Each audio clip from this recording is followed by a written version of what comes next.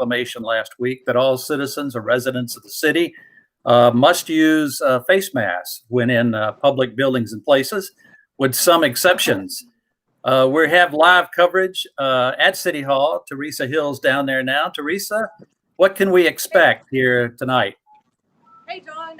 Well, we were expecting possibly some protesters or at least people coming down, but because of COVID, they're not allowing people to come into the meeting tonight. So there is a link that you can fill out on the city's website if you want them to call you for your 3 minutes of input. But so far tonight, we haven't seen anybody outside the chambers. Teresa, thanks. Let us know if anything's going on outside. We're getting ready to join City Council in progress, so thank you very much, ladies and gentlemen. Clerk, could you do the roll call for me, please? Council President Canada Wynn. Here. Council Vice President Moore. Here. Councilmember Hill. Here. Councilmember Geralds. Here. Councilmember Myers. Here. Councilmember Tahar. Here. Councilmember Wu. Councilmember Wu. Here. We got you, ma'am. Councilmember Wu.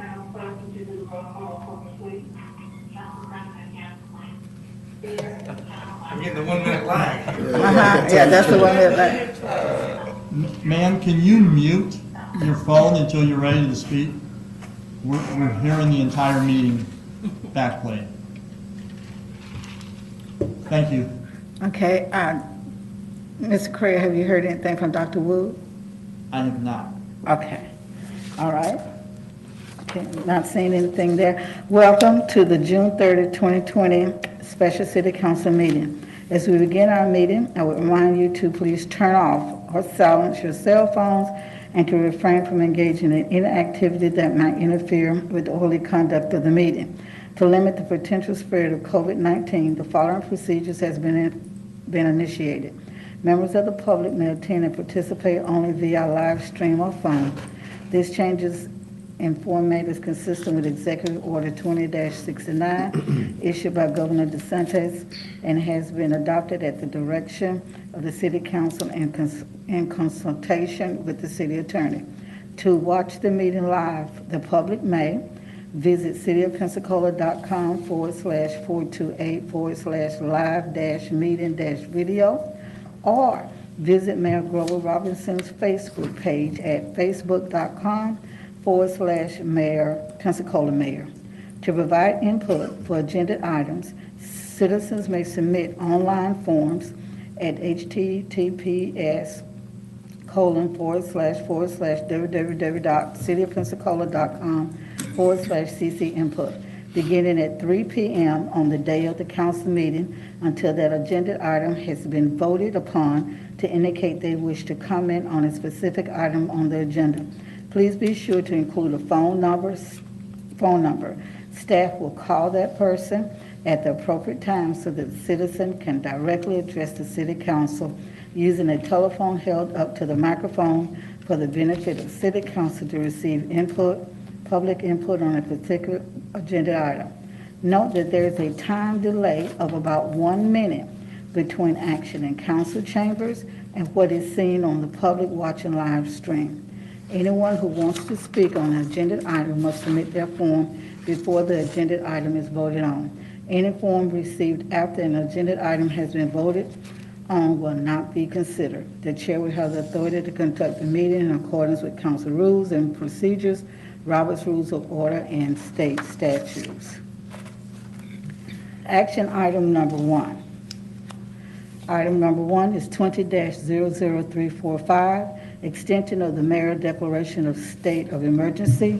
Recommendation is the City Council approve the Mayor's request for an extension of the Declaration of Emergency until the council meeting scheduled for August 13, 2020.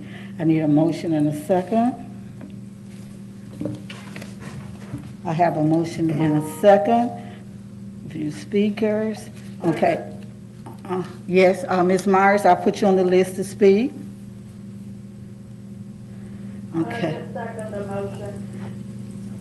Okay, yes, ma'am, we already got a second. Thank you. Okay, the sponsor of the item, Mayor Robinson. Yes, I did at least want to give a chance to address the council and let them know where we are. As you know, over the last 2 weeks, we've seen a significant increase in both count, positivity, hospitalizations, you name it, we've seen it. In fact, today, we just hit 70 hospitalizations between the 3 hospitals. I will remind you that about almost 2 weeks ago, we were at about 10. And we had rocked around, here from 10 to 15 for almost a month. Clearly, we've seen some things happening, but this is not just happening in Pensacola alone. The governor was here. He confirmed this is happening in many places. The good news is it is happening to a younger group in the sense that they generally are healthier, and we'll get through that. But there's no doubt that this still creates it creates stresses on our business supply with just our staff and ability, what's happening. We're experiencing that here at the city of Pensacola and some of our departments. So there are just a number of changes still with health concerns, and currently right now we have 70 people in the hospital between the 2 counties. Okay, It's for these reasons that we would ask that we could still continue the emergency declaration. Okay. Thank you, Mr. Mayor. Now, Ms. Hill, you had your hand up. You wanted to speak to this, and we have one person. I was gonna, put a first or a second if you needed it for the Oh, motion. okay. I don't think I can do it. No, you won't be able to do it, so you just put up that finger, and I'll see it. Okay, this is my. Yeah, and I get you. So anyone else? We have yes, We have one speaker. one speaker to this.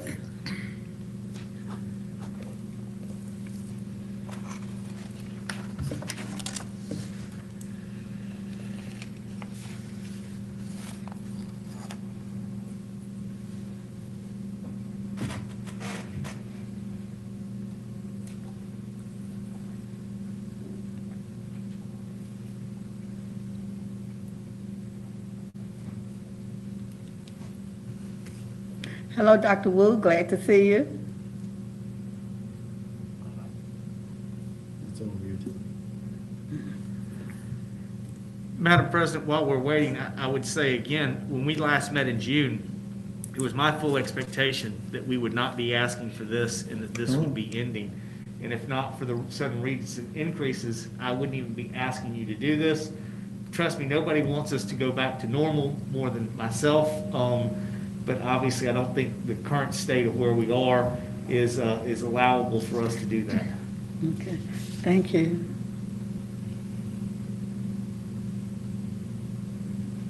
Hello, Mr. Asmuth?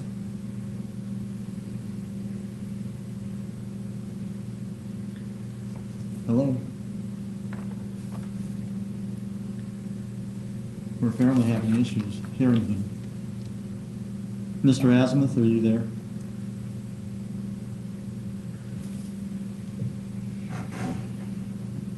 Okay, I'm going to turn you up. Are you ready to speak to City Council? Okay, hold on.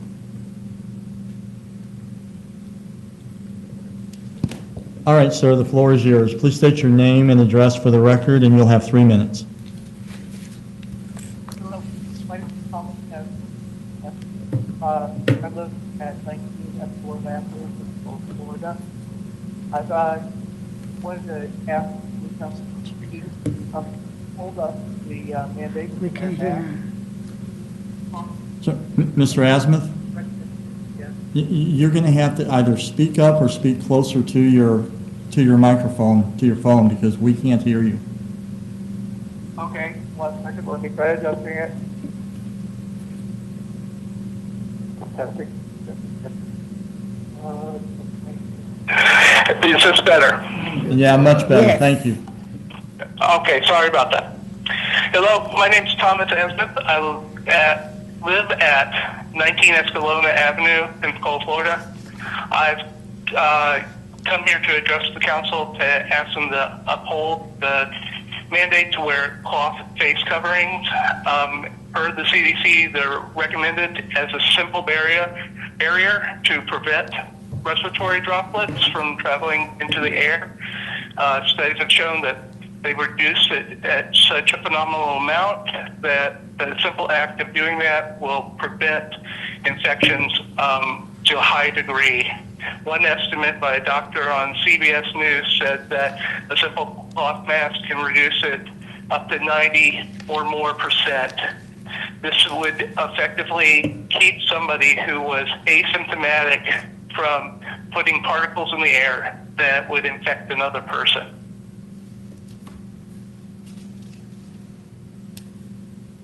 All right, thank you very much, sir. We've received your message. Have a good evening. Thank you. Thank you. Okay. I see no other speakers. Mr. Mayor, this would keep our recreational centers only open for our youth summer camps, and everything else would be closed down to the public. That is correct. I mean, obviously, this does allow us to make changes, but at this particular, with the current state of where we are, unless we see a dramatic decrease, that would exactly be where we're going. Okay, thank you. But if we get a decrease, we can always change that. Change that, okay. Ms. Myers, do you have any comment on this item? I guess not. No, No. I support it. Okay, Dr. Wu?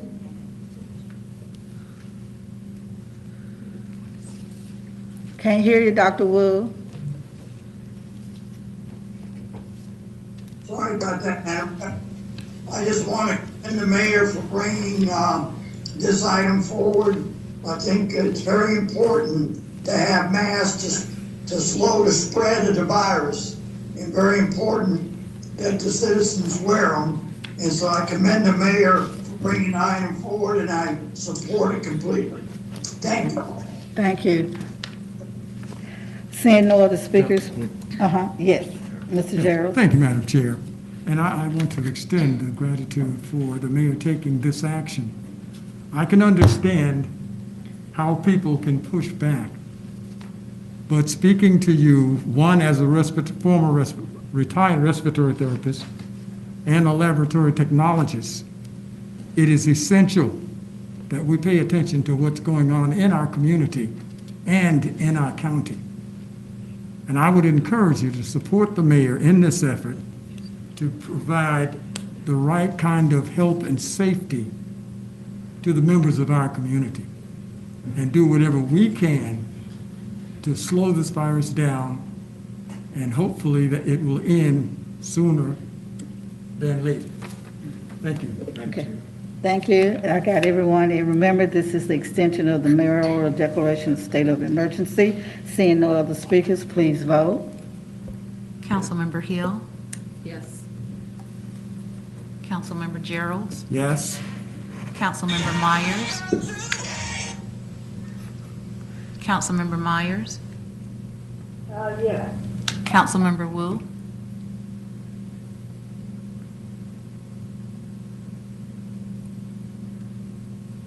Dr. Wu? Councilmember Wu, your vote, please. Maybe muted still. I think he muted the sound. I think he has. Dr. Wu? I can't hear you, Dr. Wu. Is that a sign? Can we do the? Hey, Dr. Wu, can you cast your vote, please? We can wait to you, but we need to hear your vote. He can't hear us. No. He must have the volume down.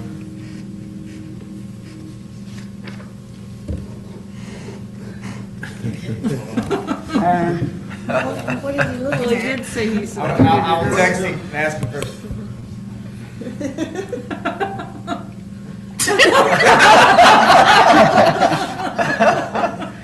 He was reading it. He really? Got it. No, you might not have realized.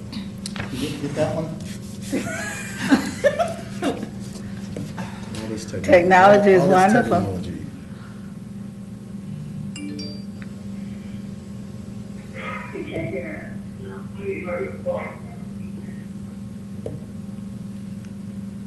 Yes.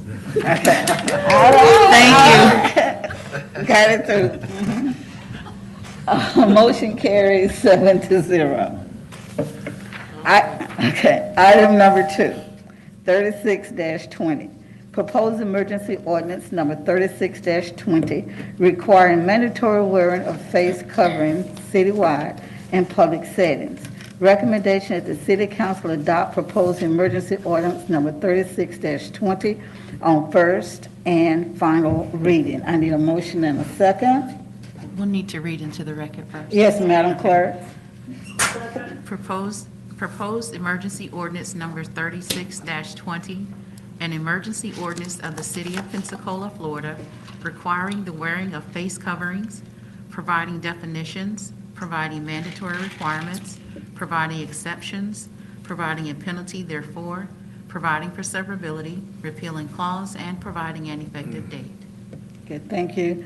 We have a motion and a second. I know Ms. Myers and Ms. Hill are sponsors, co-sponsors of this item. Would you like to hear from the public first? Yes. Okay, Ms. Myers? Yes, ma'am. Okay, all right. Mr. Crayer? Yes, ma'am, I will begin. I think we have 13 callers. Hi, Ms. Melanie, are you ready to address the City Council? Okay, please state your name and address for the record, and you'll have 3 minutes. And the floor is yours, ma'am. Yes, my name is Melanie Kalmukos, and I live at 212 Mirabel Circle. And I am totally comfortable with people having the choice and the option if they need to or they want to wear the mask if it makes them feel safer. However, I looked up some of the studies and the research, and there's in particular one study. It's titled A Study on Infectivity of Asymptomatic SARS-CoV-2 Carriers. And that study concluded that basically all 455 contacts that came in contact with an asymptomatic COVID-19 carrier did not contract the infection. And then I also found there was a study, it was an article published on The Sun, and they interviewed an infection prevention specialist, and she stated that masks will not protect the average person because they will wear them incorrectly and auto-contaminate themselves. This professor went on to say that she's never seen a person practice hand hygiene before removing a mask in public. There was another study that was done by Cowling in 2010, and this study actually looked at a group of studies, and it found that none of the studies reviewed showed a benefit from wearing a mask either in a healthcare worker setting or in a community member setting. I also looked up what the World Health Organization stated, and they found that medical masks should be reserved for healthcare workers, and that masks are effective only in used in combination with frequent hand cleaning or hand washing, and they acknowledges that most people do not use the masks properly. So even Dr. Russell Blaylock warns that not only do face masks fail to protect the healthy from getting sick, but they also create serious health risks to the wearer. And that he states the bottom line is that if you are not sick, you should not wear a face mask. And so it's for that reason of just looking at the medical studies themselves that I would prefer that people have a choice, that if they feel safer and they prefer to wear them, they should. But I would rather we have a choice based upon the studies. Thank you, ma'am. Thank you.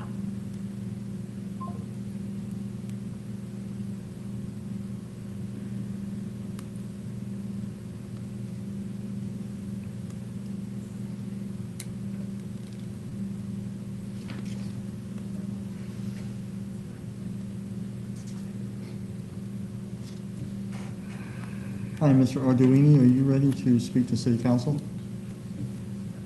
Okay. Okay, please state your name and address, and you'll have 3 minutes. Alexander Arduini. I live at Pensacola Drive, Pensacola, Florida, 32526. And I'm calling just to let the city council know that me, my family, and my close friends are 100% against a mask mandate. We support the choice and the freedoms for everybody to decide what's best for them and their family. I support masks being worn in public if someone does choose so. But I do not believe that a mask mandate, which forces and penalizes citizens for not wearing a mask, is not what Pensacola needs at this point. It's not what the businesses inside Pensacola need, and we all know that the economy needs help, and this will not help. And as just for proof, I am going to read from the New England Journal of Medicine, written on May 21st, 2020, so just last month. As the SARS-CoV-2 pandemic continues to explode, hospital systems are scrambling to intensify their measures for protecting patients and healthcare workers from the virus. An increasing number of frontline providers are wondering whether this effort should include universal use of masks by all healthcare workers. We know that wearing a mask outside healthcare facilities offers little, if any, protection from infection. Public health authorities define a significant exposure to COVID-19 as face-to-face contact within 6 feet with a patient with symptomatic COVID-19 that is sustained for at least a few minutes. In brackets, and some say more than 10 minutes or even 30 minutes, period. The chance of catching COVID-19 from a passing interaction in a public space is therefore minimal. In many cases, the desire for widespread masking is a reflexive reaction to anxiety over the pandemic. I'm not going to read the rest. I do hope that each and every city council member sitting before my voice, I should say, because I can't be there in person, I hope they've done their own research, and I hope that they have read the CDC, they've read the World Health Organization, they've read the New England Journal of Medicine, and they've done the homework that we, as tax-paying citizens, as those who elect you officials, that we expect you to do, especially during times like these. An emergency order should be that. The deaths our mortality rate is dropping across the country. Yeah, our infections are up across the board, yes, but as we see, less and less people are dying. And now is not the time to force every individual that comes into the city of Pensacola to do business, to shop, to eat, to walk around. 10 seconds left, sir. A mask. That's it. That's all I have. All right. Please say no to the mandate and do the right thing for the citizens of Pensacola and Escambia County. Thank you, sir. Thank you.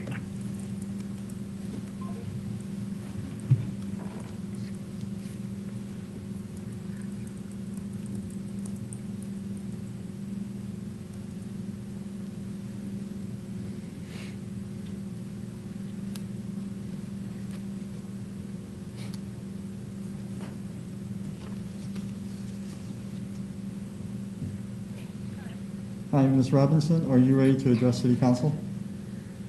Okay, please state your name and address for the record, and you'll have 3 minutes. Hang on. All right, ma'am, the floor is yours. Hi, Council. My name is Tiffany Robinson, and I live at 511 North 8th Street. I'm speaking today in support of action item number 2, requiring the wearing of face coverings. I'm grateful to Mayor Robinson for his actions to mandate mask wearing within city limits as the rise of cases grows day by day. I hope that the City Council will move to support this mandate, which will undoubtedly save lives and livelihoods in our community. My heart breaks for local businesses, but if we do not take common sense actions like this mask mandate, we are almost certainly headed towards another local shutdown. This mandate also empowers local businesses to enforce common sense rules. Unfortunately, our state leadership has stated repeatedly that he does not plan to institute any mandates, including masks or closures. Absent any state or federal leadership, we are on our own to prevent the death of our friends, families, and community members. My own mother is a high-risk individual who works as a nurse in Santa Rosa County, and of course this mandate doesn't necessarily apply to her, but I watched what happened in Milton yesterday, and I knew I had to call in to speak about this. My mother has had open heart surgery. She's in her 60s, and she's not retired yet, which means that she's going to be there at the hospital taking care of cases as they come in. Would you rather my mother die, or would you be fine wearing a mask for a little while to engage in what is a collective measure just to reduce this risk? This is not an issue of individual liberties. The actions of one affects the well-being of many. My mask protects you, and your mask protects me. Thank you. Thank you, ma'am.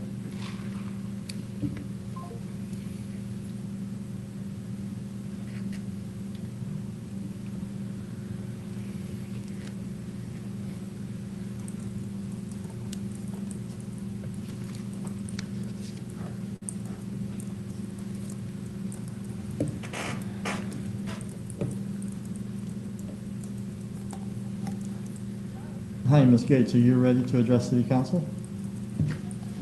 Okay, please state your name and address for the record, and you'll have 3 minutes. Hang on one second. All right, ma'am, the floor is yours. My name is Mrs. Ida Gates. My address is 7601 North 9th Avenue. I am stating no to this mandatory mask for the city because, from my standpoint, to impose on citizens of Pensacola to wear a mask at any place of business is a direct violation to have a choice. If they choose to wear one, then that is their right. My second point is individuals in the city limits do not have the right to impose or question anyone who chooses not to wear a mask. They are exercising their freedom, and that right is to be respected. That person who chooses to exercise their freedom by not wearing the mask is aware of what's going on. Don't question them, leave them alone. And on my last point, masks are worn by sick people and not by the healthy. So I am against the ordinance, the mandate to wear a mask, and thank you so very much for your time. Thank you, ma'am.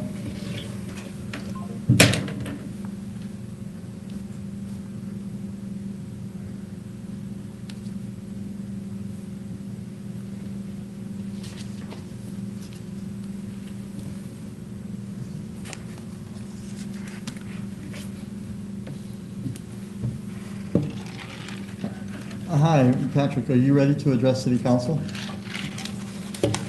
Okay, please state your name and address for the record, and you'll have 3 minutes. Hang on one second. All right, sir, the floor is yours. Yes, my name's Patrick McCallum. I live at 1921 Peyton Drive, Pensacola, Florida, 32503.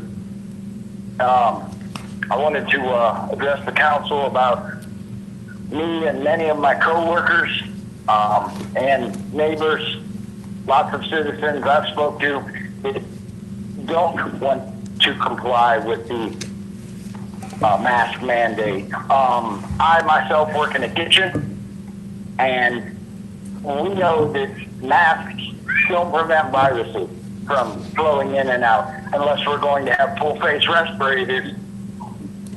It seems to be more for peace of mind than it does a medical purpose. But the cloth masks that your neighbor made don't filter much out. If the mandate does get passed, when will we lift the mandate? What do the numbers need to be in order for the mandate to come down? But I myself, and I speak for many people, I could give you a list of them if needed. We don't want to comply to this mandate in any way. Masks cause you to touch your face more, which is the enemy, which you don't want to do. And I just think it's creating a false sense of security. And I don't want to be in compliance with this mandate. Thank you very much. Thank you, sir.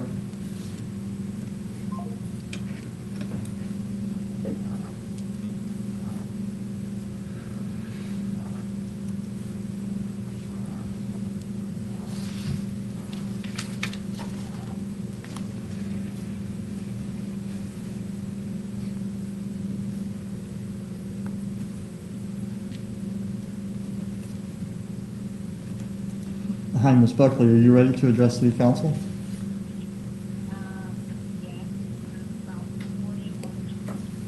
Okay, well, no, you won't. You will have 3 minutes, and I will stop you at 3 minutes. Okay, please state your name and address for the record, and you'll have 3 minutes. Hang on. All right, ma'am, the floor is yours. My name is Jenny Buckley. I live at 930 Gerhardt.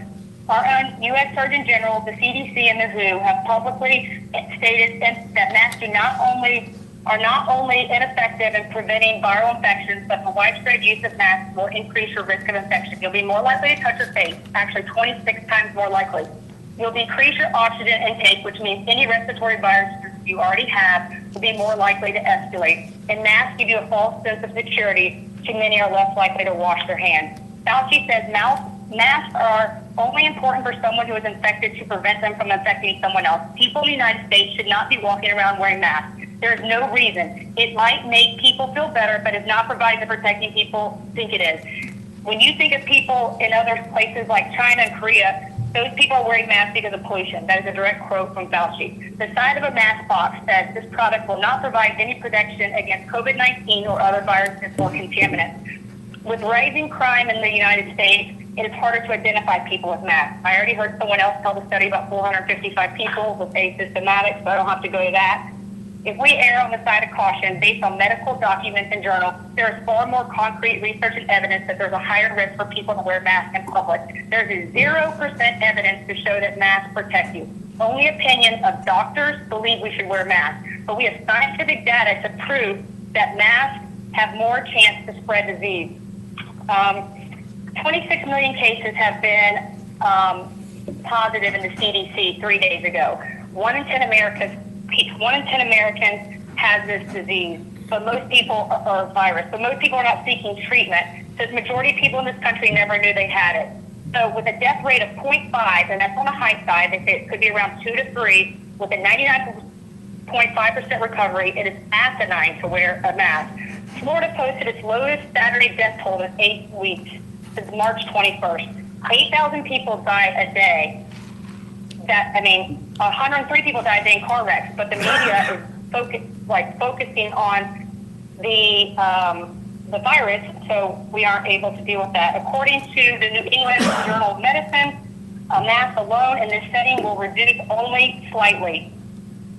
It does not provide protection from droplets that may enter the eyes from the patient, the environment. Asymptomatic infections are unclear if they spread. A mask will not protect you from COVID-19. It is not accompanied by, unless it is accompanied by meticulous hand hygiene, eye protection gloves, and gowns. A mask alone will not prevent COVID-19 from contaminating their heads by spreading the virus. It is also clear that masks serve symbolic roles. Masks are not only tools, they are talismans that may help increase perceived sense of safety, well-being, and trust. We're all subject to fear, especially during this time. 10 seconds left. Okay. And according to the National Center of Biotechnology Information, it says masks do not prevent any transmission of COVID-19, and penetration of cloth is 97%, medical mask is 44%. All right, thank you, ma'am. Okay. Ma'am, thank you. Thanks. All right.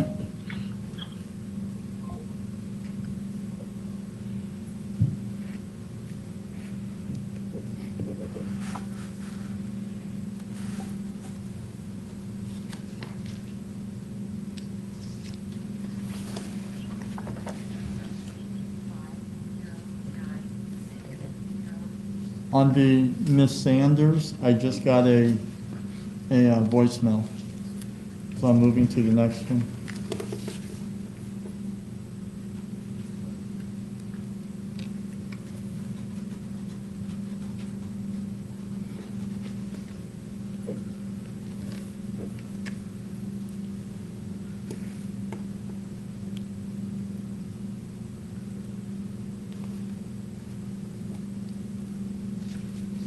Hi, Ms. Hardy, are you ready to address City Council?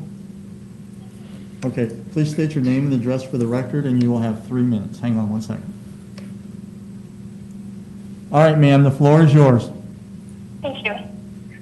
Madam President and members of the City Council. Oh, I'm sorry. My name is Brooke Hardy, and my address is 913 East Young Street, Pensacola, Florida, 32503.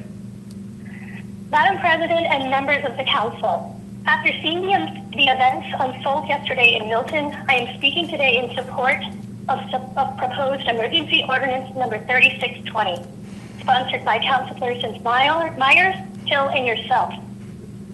In light of recent changes in the status of our city's COVID positive cases, as well as in the larger county and throughout the state, it has become woefully apparent that the easing of restrictions, which leaders claimed were in place to protect all citizens, have led to an increase in person-to-person transmission in our area, an eventuality that was predicted by public health experts for months. Given the circumstances, which include deliberate defiance to what is otherwise a minor, non-invasive inconvenience, it has become apparent that the only way to put teeth behind the mayor's emergency order is through this proposed ordinance that includes non-criminal citations. It is my hope that passing this ordinance will be largely symbolic and that no fines would have to be issued. I want to be able to trust my fellow citizens to do the right thing, but I have witnessed behavior that has eroded that sense of trust. Those of us who want to follow the order, who want to protect others by wearing a mask,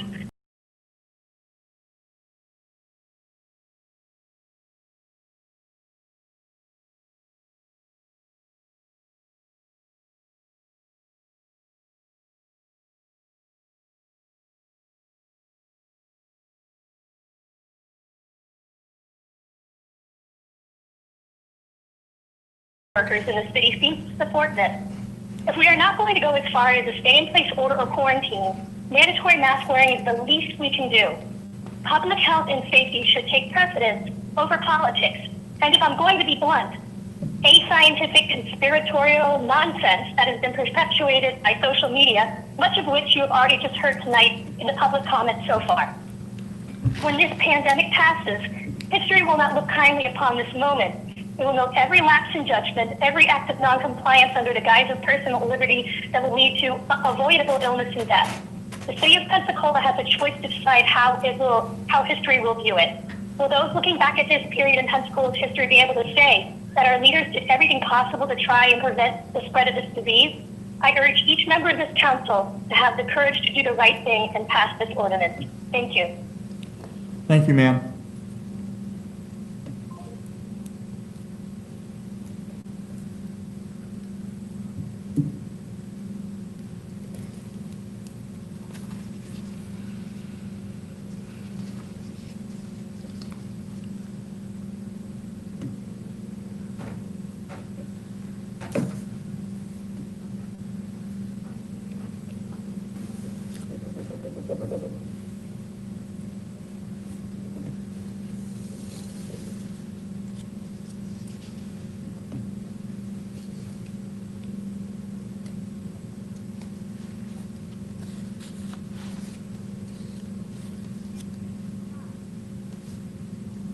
I get a voicemail from Ms. Stallworth.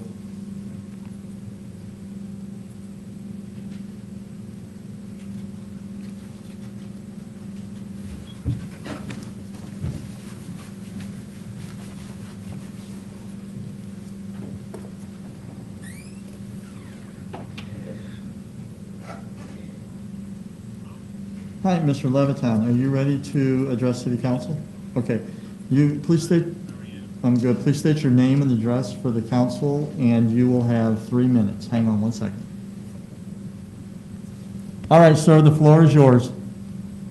Hi, this is Dan Levitan at 815 South Pensacola Street. I just believe that the masks should be done, but we have to do them in a very careful way, so it's not to drive business from our businesses in Pensacola. I witnessed this weekend at least 15 of my friends with me has said that they're not going to go to businesses in Pensacola, even the restaurants or public and so forth, because they have to wear masks, and some of them are elderly and they have a hard time breathing. So I think we need to define it, even though you've already passed it, so that people that can't wear the mask or where the social distancing, it needs to be addressed in a more specific way, even though I agree with the wearing of the masks. I just wanted to give my input on those two issues based on hearing comments this weekend. Thank you. Thank you, sir.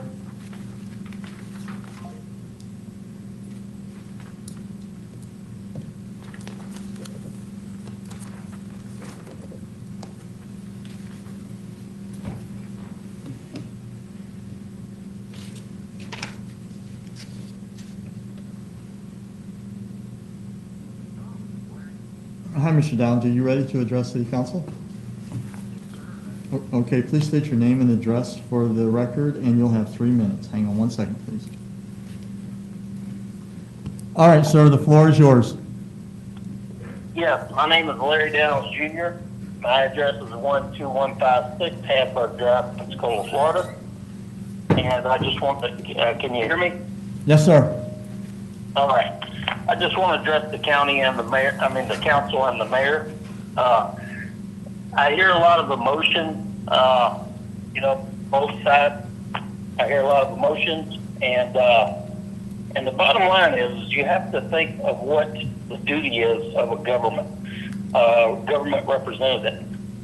The council nor our mayor is responsible for our safety. I know you may think you are, but you're not responsible for our safety.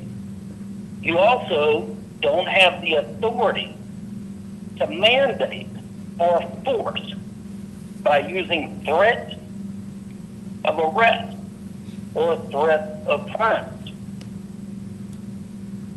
to make someone wear a face shield, face mask, face covering. It doesn't matter. It does not matter. You're talking about going on private property, walking into a private building owned by private citizens and telling them that they will put something on their face, whether they want to or not.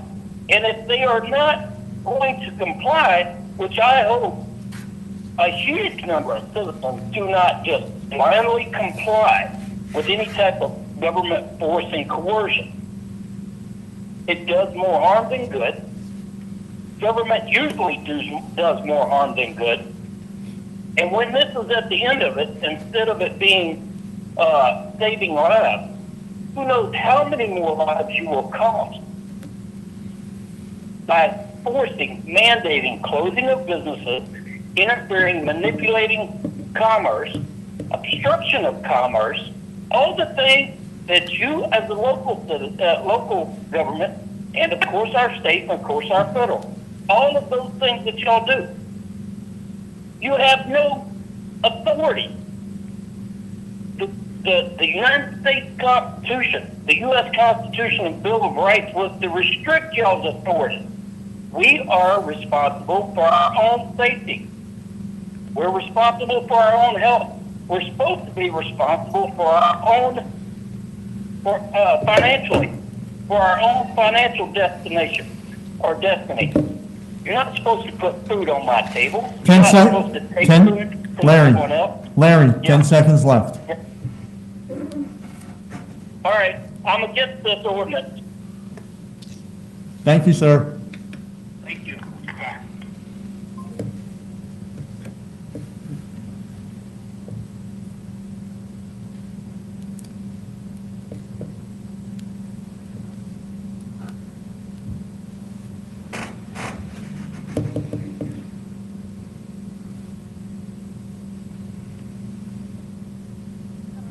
Hi, Ms. Sheldon, are you ready to address City Council? Okay, please state your name and address for the record, and you'll have 3 minutes. Hang on one second. All right, ma'am, the floor is yours. Okay, can you hear me? Yes, ma'am. My name is Catherine Sheldon, and I'm 3840 Whispering Pines Drive, Pensacola, Florida. I didn't look up any facts or anything like that to come with to you guys. I am a small business owner in the city of Pensacola. I'm a hairstylist. Mayor Robinson has helped us throughout this.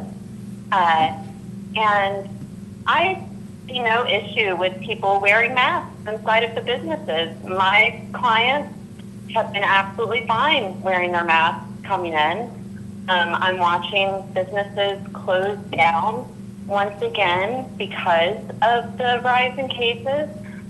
I know that I don't want to be one of those businesses again. That kind of sucked for everybody, and sorry. And so I don't want to do that. I am wearing my mask anywhere from 8 to 12 to 13 hours a day. I have not had a problem with it. I'm a smoker, just for the record. You know, I haven't had an issue. I don't know where everybody's getting all of these facts. I do watch, like, the doctor, like Dr. Fauci and the scientists speak about these. So as long as they're saying wear masks, I think we should. I've noticed a big uptick in people wearing masks in Pensacola, just voluntarily.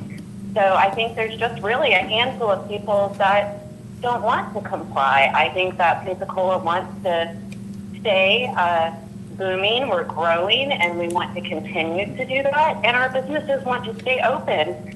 The public wanted our businesses open. We're open now, so please wear your mask and let us stay open. And I guess that's really all I have to say. I'm totally in support of the mandated mask wearing if that's what it has to come to. People can do it out. You know, you don't have to wear your mask outside, but yes, please wear them inside of the businesses. And that's it. That's all. Thank you, ma'am. Thank you.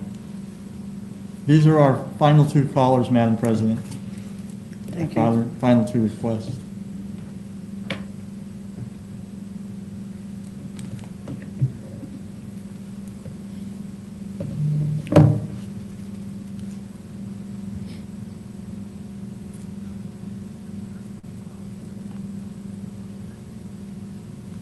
I got a voicemail box for Ms. Boyer.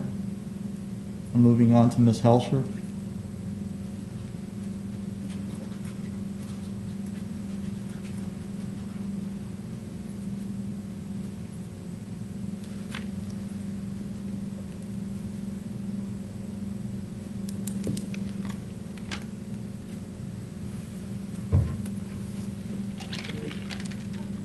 Hi, Ms. Helsher, are you ready to address City Council? Oh, okay, please state your name and address for the record, and you will have 3 minutes. Hang on 1 second. All right, ma'am, the floor is yours. Thank you. My name is Julia Heschler. I live at 905 North Barcelona, 32501. I just wanted to start by thanking Mayor Grover for, first of all, just in enacting the mask mandate. I think it's really, really important. You know, we refer to all these medical personnel, and everyone that I have known has said wear a mask. My doctor has said it. My friend who is a nurse has said it. Everybody I know that's in the medical field says just wear your mask and social distance. Several people I know have been recently diagnosed. So far through this whole pandemic, I think I've only known 2 or 3 people. There's 4 people though that I know of just this week within the city limits that have been diagnosed. And I think that's that's something, because there's got to be a spike in this area. I don't think wearing a mask is a burden. I have asthma, and it doesn't give me any problem at all. I don't think it's a liberty. I think this is a pandemic. It's an emergency. It's worldwide. That's why they call it pandemic. So I wanted to be, I'm sorry. So as far as like my medical condition, I get infusions every other week, where I have to have plasma of other people who donate plasma in order to keep my immune system going, in order to keep my immunoglobulins up so that I could even fight a common cold. And I have to say, if I were to get this, I would die, period. There's probably no question about that. My doctors have told me very specifically, wear a mask, social distance, don't go out if you don't have to. And I'll be honest, the only place I've been since this started is to work when they brought us back into work at the beginning of June, and I've been to a couple of grocery stores. That's it. I'm not risking it. It's not worth my life. I'm dying to get out, but I'm not risking it. The ADA says you have to make reasonable accommodations. So people who are running around with this fake ADA card, if they've even read it at all, it says you have to make reasonable accommodations. So I just wanted to call in tonight because I saw what happened in Milton last night. And I'll be honest, there's no reason we need to be Milton. I think it's really important to keep us safe here. and let other people do whatever they want to do. But here, it's really important for us. We don't need to get there in terms of having every hospital overloaded. And that's it. That's all I have to say. Thank you. I appreciate your time. Thank you, ma'am. Thank you. I know, Mr. Mayor, you had your light on, but we're going to have Ms. Myers and Ms. Hill, but I do think some things need to be cleared up a little bit from what the speakers had said. They questioned the time limit of the ordinance and the requirement of the mask. Someone also mentioned, will this have to do with closing down businesses and things like that? So maybe just clear up a few of those things. And that's why I was at I did want to speak, and that's probably a good question, the person that asked, what would cause us to come back down? I think the three things we follow are certainly cases, positivity rate, and hospitalizations. Those have been the things we've watched. I hate to give a number on cases because cases really depend on how many people you're actually testing. I tend to think positivity rate, I'd have to see something come down back to where we were through much of April. If you remember, we were about 6%. We've gone up as high as almost 20%. I think we're down somewhere between 10 and 15% is where we are at this particular time. So we need to get that down. The big one is hospitalizations. In the month of April, the highest we went to here was 30. The fact that we're at 70 now, I would have to see something come under 40 to begin to think about that. But I mean, there's nothing that I am happy about having to do this mask ordinance. I'm looking forward to rescinding it as much as any of you that are out there talking about it. But I think we're going to have to get our numbers down to a strategic point that we can get back to where we were in April. In April and May, I want to also talk about the closing. Our intention at the City of Pensacola, we've not closed any businesses. Our intention is not to close businesses. We believe much of what the governor said today or on Sunday at Sacred Heart Hospital. We believe that for the most part, May showed we can have businesses open and we can do it safely without going crazy. Through the middle of June, our numbers were not out of control. They were very much in line and very consistent, and we were working this thing, flatten the curve, exactly what we needed to be. And so I would say we're not looking to close businesses. We have sort of a choice. We could close businesses again, and I don't think the council wants to do that, or we could ask you to wear a mask. You see all of us wearing masks. We've been doing this for months now. We've been here wearing masks at these meetings. We've been wearing masks when we're in City Hall. There are a number of things that are here, and again, it's not for you, the wearer, it's not to protect you, it's to protect others from you in the event you had it. If I knew who had the virus, it would be easy, I would make all sick people wear it. The problem is it's not asymptomatic, but it's symptomatic people that don't even recognize it. They think they might have a sniffle or a cold, maybe a sore throat, something else. They don't realize they have COVID. If this disease were easy, this decision would be easy. None of this has been easy, which is why I hate to ask for this, but I believe it's the right thing for us to do in order that we have the opportunity to cut our numbers down. If we get our numbers down, I'll be the first to rescind this.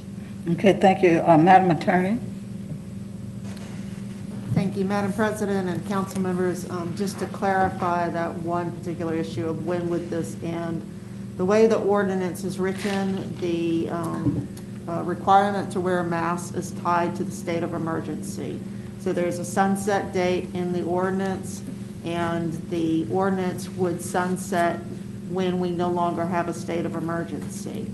That can be changed, either by council, by council action, it could be changed if the council so chose. But right now, that is the way it's written, is it will be in effect as long as we're in a state of emergency. Okay, thank you. Ms. Hill? Well, one of the reasons I support this is that my district has some of the, most of the cases. We have people dying in the nursing homes in District 6, and we have people getting sick in District 6. And so this isn't a philosophical discussion to me. It is a life and death. And I think you always choose on the side of life. And I believe these masks are going to save life. lives. And I think the mayor is right that we don't know who's sick. You know, somebody in one of the comments said only sick people should wear this mask. Well, with this asthmatic tendency of this disease, we don't know who's sick. So we would like everybody to wear a mask, especially, you know, in a business or in a crowd. Try to keep your distance, but if you can't keep that mask tight. I think that, you know, in this world we have choices. If you don't want to wear a mask, there are places outside of the city where you can shop. Just when you come into our businesses, we want you to keep our people safe and wear that mask. And thank you for cooperating. Thank you, Councilmember Hill. Councilmember Myers. Yes, thank you. So I strongly support this ordinance, and I want to commend the mayor for his courageous actions that may not be make him real popular with some people. But I will tell you that I believe that this ordinance is actually welcomed by many businesses. And I represent an area of the city that probably has the highest concentration of businesses in the county. And so I have talked to some of the business owners. I have not had one single business contact me complaining, just to the contrary. I have one constituent who owns 3 fast food restaurants in my district who is very happy with this ordinance.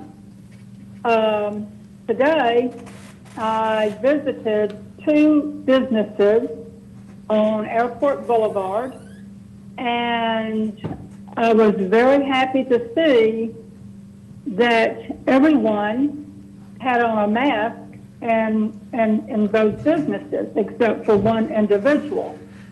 I was also happy to see that the businesses were doing very, very well.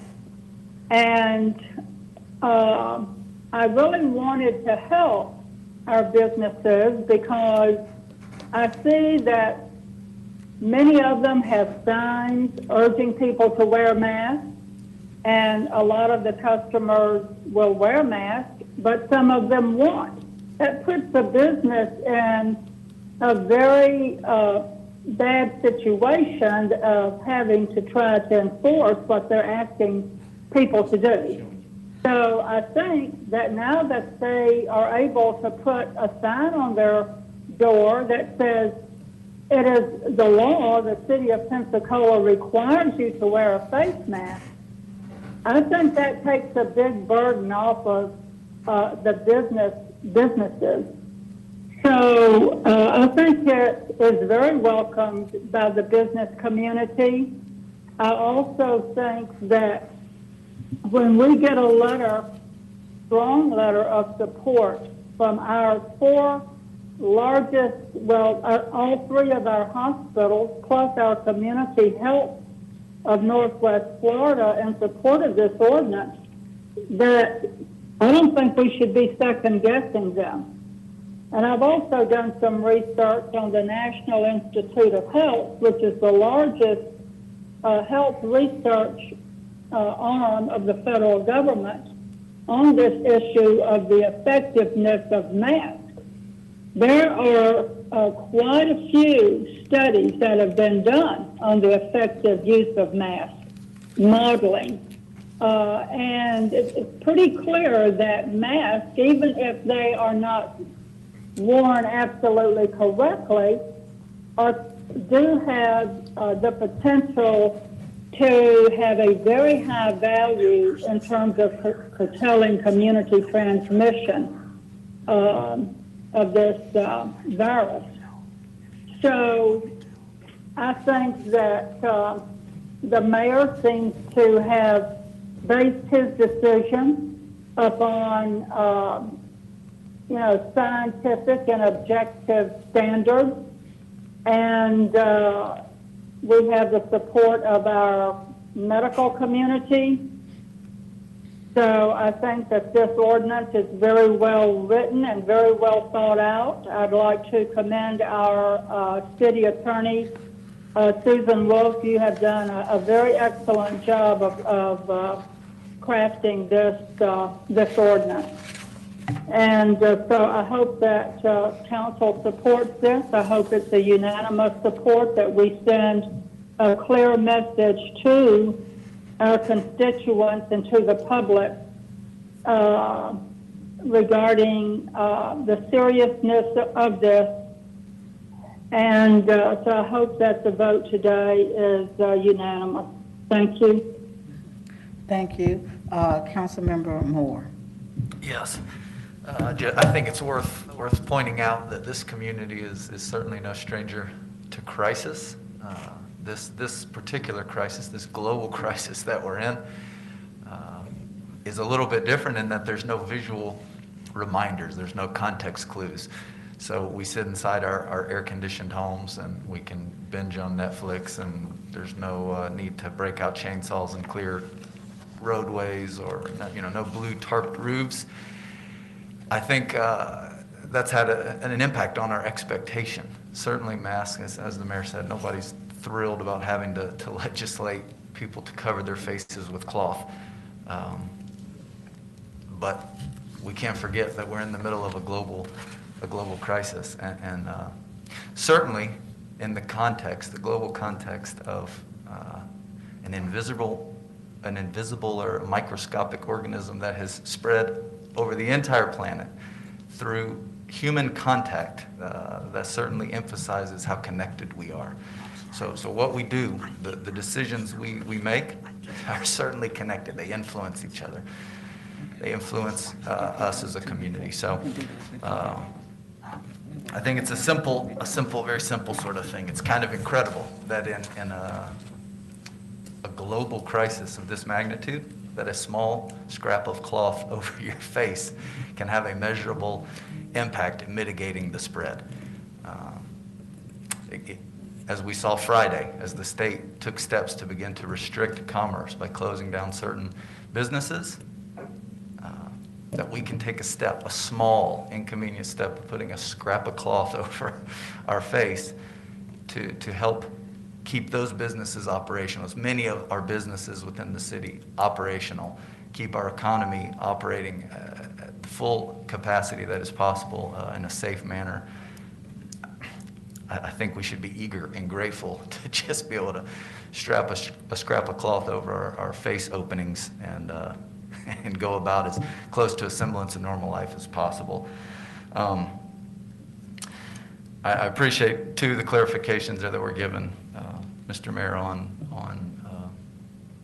the function of this mask. There were some comments made there. I'm glad we were able to clarify that, and I think it's worth noting that within I received several comments from people today about health conditions, so that there's a provision, an exemption within this ordinance for people with existing health conditions. I think that's an important delineation, and I think we need to remember that, hey, these are tough times. This is a national, global crisis, that we have grace with each other. That it's a hard time right now for all of us, and we don't need to shame each other for mask or no mask. That the very spirit of this thing is to ensure our community remain as healthy and vibrant as possible. So I certainly support this small inconvenience for the sake of maintaining some semblance of functional here in the community. Thank you. Okay, Councilmember Gerald. Thank you, Madam Chair. I don't think that the mayor can overemphasize the fact that this is not the mayor's idea. And as I listen to some of the callers, it is not the mayor's overnight idea to do this. He has the support of the health community, Baptist Hospital or Cincinnati Sacred Heart, West Florida, and the community health of Northwest Florida. And it's based largely on the fact that the numbers are going up. They're going out of sight. We need to do something. It's okay to push back, and have ideas, that's where they come from.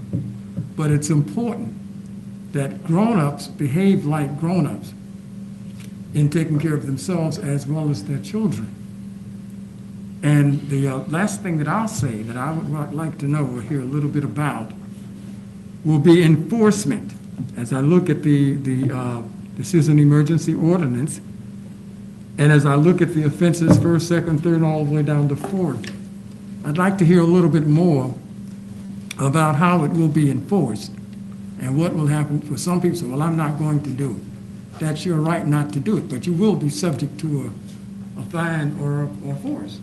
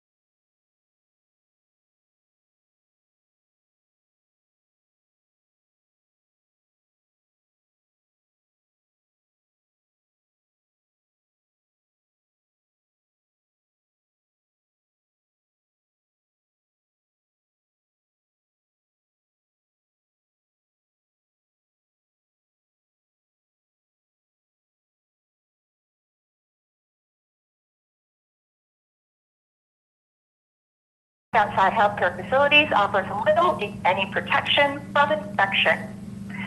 Public health authorities define a significant exposure to COVID-19 as face-to-face contact. We've already gone over that. Another person already talked about that. Our Surgeon General in March, Jerome Adams, was widely mocked and ridiculed for suggesting in March that masks may even increase the spread of the virus. Yet in New Jersey, the New England Journal of Medicine provides the same warning to mask wearers. A mask will not protect providers caring for a patient with active COVID if it is not accompanied by meticulous protection of hand hygiene, eye protection, which is key, gloves, and a gown. Focusing on universal masking alone may paradoxically lead to more transmission of COVID-19 as it diverts attention from implementing more fundamental infection control measures. Anyone who advocates for universal masking is merely engaging in virtual signaling and not necessarily in public health.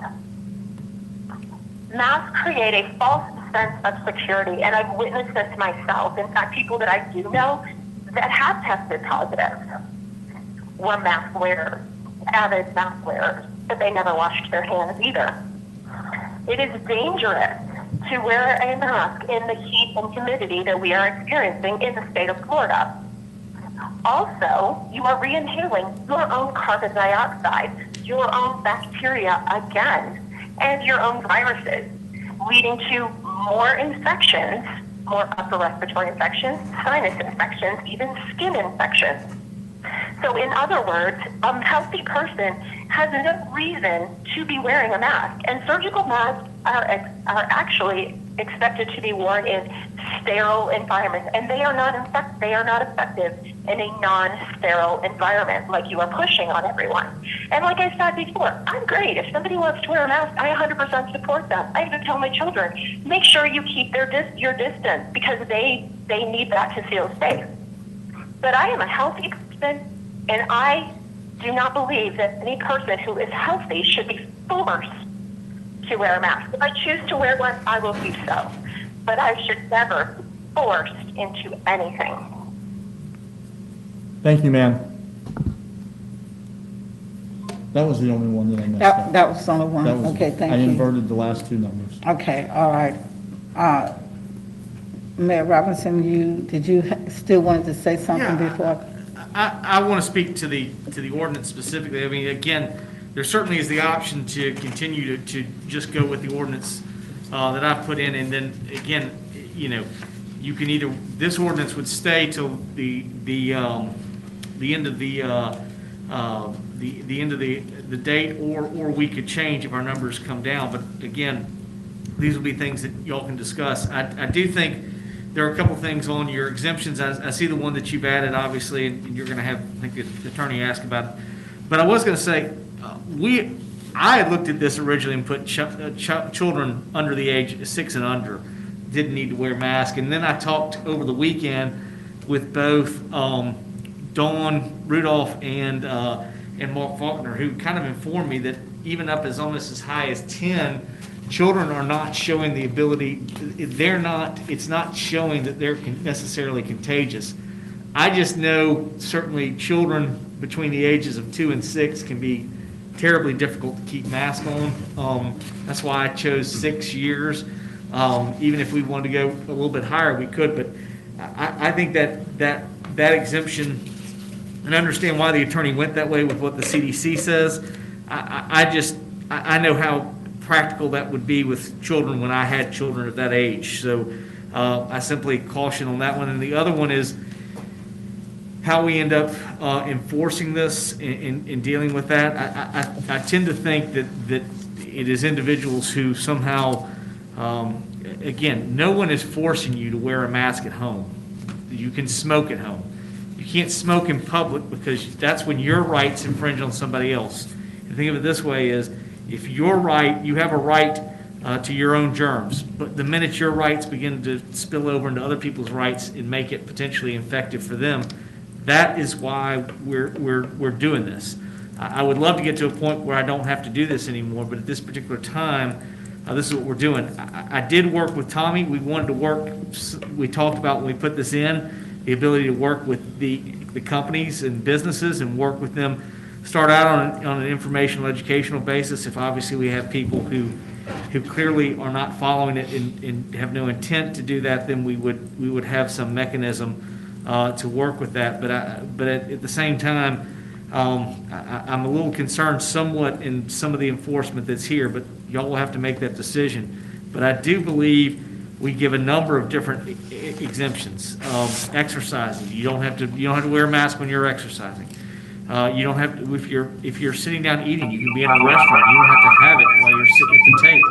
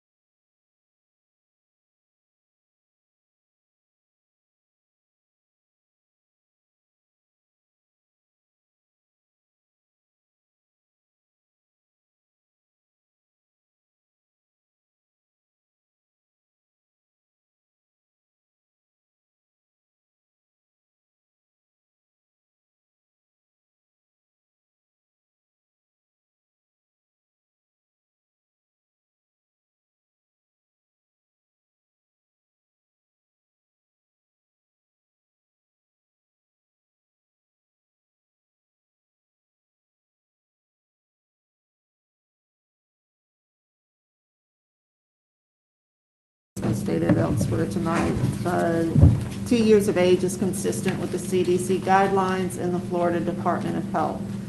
That said, I also am a parent. I do understand the potential difficulties for parents to keep a mask on very young children. The mayor chose to go with 6 years of age. Either one can be used. I put in the ordinance 2 years of age because it's consistent with the CDC guidelines and the DOH guidelines. With respect to the revision that's before you that adds the exception regarding the hearing impaired, that was an oversight on my part. It is in the emergency order that's in effect right now that the mayor signed last week. Somewhere when I was rewriting the information for the ordinance, I failed to include it. And so it's simply an oversight, and I'm bringing that in so that the ordinance has the same exception as the emergency order that's currently in place. There are exceptions for individuals concerning medical conditions and disabilities. I know several of the callers were concerned about that. The ordinance does describe that what we're looking for are people to be wearing cloth masks. We're not looking for people to be wearing N95 masks, which are the personal protective equipment that are designed for medical personnel and such. So we're not asking people to wear PPE that would take it away from the essential workers in the medical profession. There are a number of other exemptions or exceptions, including if you're sitting down in a restaurant eating or drinking, obviously cannot wear a mask while eating or drinking. At the same time, if you're standing waiting to be seated, if you're walking across the restaurant to use the restroom facilities, anything of that nature, then we are asking that people wear a mask when they are away from the people that they came to eat with and they're going elsewhere in the restaurant. We did add a provision for daycare and children's camps. So as long as those businesses are following the CDC and Department of Health guidelines for those activities, then they would not need to be following this particular ordinance. And then the enforcement, we start with education. Our hope, I think everyone's hope, is that we have voluntary compliance and that we do not have to do anything concerning enforcement. So we start with education, we start with talking with people. It's only if we have to go any further than that law enforcement or code enforcement would end up going any further. But our hope is that we have voluntary compliance and that we do not need to go any further steps. Are there any other questions or provisions that were brought up that you want me to address? Ms. Hill? The one thing on the medical conditions exception, I wanted to point out that you don't have to have a medical card or any kind of, carry any proof with you that you're going to get the benefit of just telling people you have a medical condition. I think that's important. So, you know, if somebody says that, let's not embarrass them and insult them or anything. Let's accept the fact that there are people that cannot use the mask who have medical conditions. Correct. Can I say something? Hello? Yes, ma'am. Hold on, Ms. Hill, are you finished? Yes. Okay, Ms. Myers? Yes. I'm okay with changing the age to 6 years. I think that children, even that age, are at a very low risk. And so I would like a little more discussion about that. I think that it is going to be quite burdensome on families with small children to have to put face masks on them. And so I understand that CDC guidelines is 2 years, but I'm willing, if somebody wants to make the motion, to amend it to 6 years. So moved. Okay. So, you got a motion and a second. I was going to try to do this a friendly amendment to it, but we got a I'm motion. good with the friendly amendment. I just wanted to get it along so we could. Mr. Mayor? No, I'm good with that. Okay. That's okay, Madam Clerk? Yes. Okay. Now, Dr. Wu, I see you there. Did you have any comments to the discussion? I'd like to make a final remark. There's nobody that's sitting on this council who has desire, and that includes the mayor. There's no one here that has any desire to control anybody. Our first and foremost concern is saving lives. Years ago, people resisted putting on safety belts. And the reason you ask people to wear a safety belt is not to control people, it's because plain and simple it saves lives. And that's all we're trying to do today. Thank you, Madam President. Okay, thank you. And finally, everyone has said everything that I would like to say. And my comments are that in our community, the city and the county, we come together as a team, as a family, as citizens who love our community. In every disaster, it never fails how this community comes together to tackle the disaster, to tackle whatever that issue is, and to improve it and to make it better.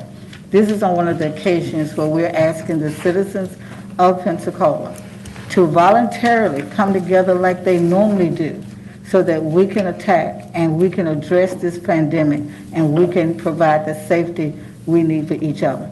We do this. This is what we do in our community, and we can continue to do that during this time period.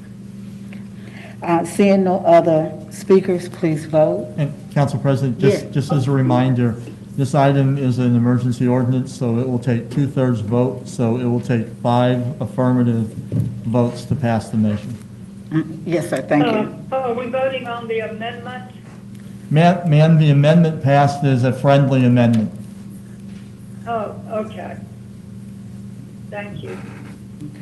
So, please vote, Madam Clerk. Okay. Councilmember Hill, Yes. Councilmember Geralds, Yes? Councilmember Myers, Yes. Councilmember Wu. Yes, Thank you. The motion passes 7-0. Because this is a special city council meeting, there's no other business to Madam discuss. President, let me ask one to inform you guys, inform the public that we do. If I could ask Keith to just talk about, we do have a supply of masks the city has, and we're trying to coordinate how we would have masks out there for the public. So if Keith could just kind of Okay. talk to you and the public about what we will have. Okay, go ahead. Yes, thank you, Madam President. The The mayor had asked if we could work on a program to provide masks for the general public. So we have located 22,000 masks and in stock, and we are working on a plan now to disseminate those through some of our community centers, perhaps through City Hall, some of our city facilities, to the public that does need masks. And we'll vary that around through the city so it's accessible to all neighborhoods and vary times of day. So if someone's not available in the evening but in the mornings, they'll have a way to pick those masks up. We can get the details to that to you once we finalize it all, just in the next couple of days. Okay, thank you, that's great, 22,000, yes, Mr. Tahar. I just want to ask a question. Does it say vote for Grover on the front? They do not. They do not. Our meeting is Unless that's smart to adjourned. think about that.